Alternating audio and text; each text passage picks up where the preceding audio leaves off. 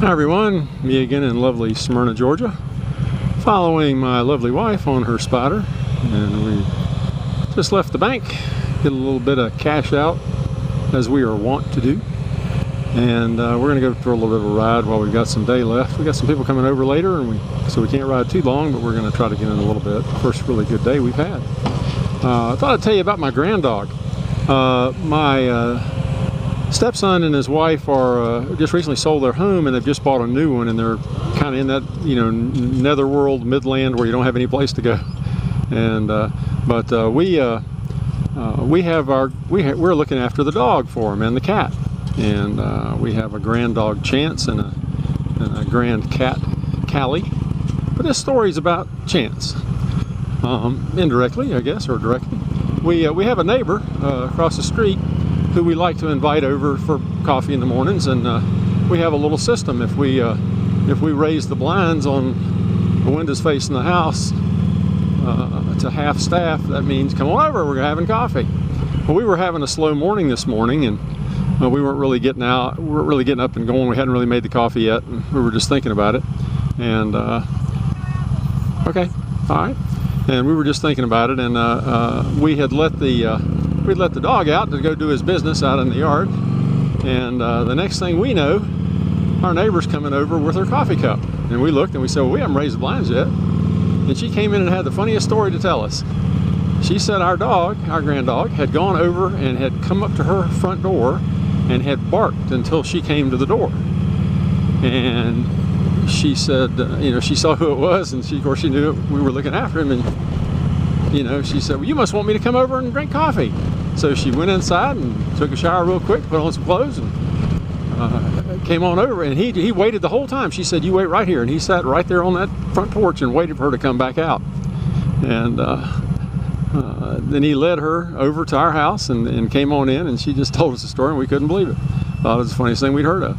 And he hung around and laid down on the floor in the house and slept for a little while, and when she was ready to go home, he got up and escorted her back to her front door again. Funniest thing I've ever heard of. We didn't train him to do that. We didn't have any idea he even knew how to do that. But, you know, that's the way it goes.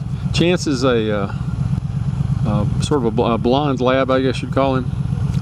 But he's a good dog. Callie, on the other hand, we haven't been able to do anything with. She is finally, we've had her for, gosh, we've had her, well, put it this way, when they finally caught her at the old house and brought her over, he had her in a little, you know, little carry box, a little cat cage. And when he let her out, she took off and disappeared, and we couldn't find her.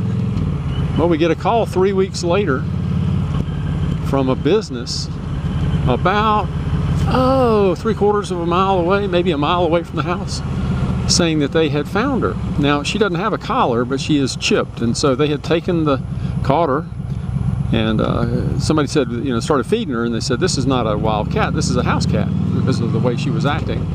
And so they took her to the vet, and the vet chipped her, and read her chip and said, yeah, I got the address, and got a phone number, and called us, and we got her back. Well, it took her a while to get used to being at Grandma and Grandpa's house, although we really do treat our pets very well. But she's getting there. She's gotten now where she'll crawl up in my lap and want to be rubbed on a little bit, played with, you know, pretty much like the wife, but it's not nearly as much fun. But the odd thing about all this is that Susan and I do not have any pets. We don't even have a plant, a house plant, because we like to be able to get up and go. We never know when we might want to take off to North Carolina for a week, or, you know, head to the North Georgia mountains and just hang out there for a few days. And it's just too hard to arrange a dog or a cat sitter, or even a plant waterer for that matter. But anyway, I thought you might enjoy the little story of Chance the grand dog. And if Callie ever does anything worthwhile, I'm sure I'll tell you about that too.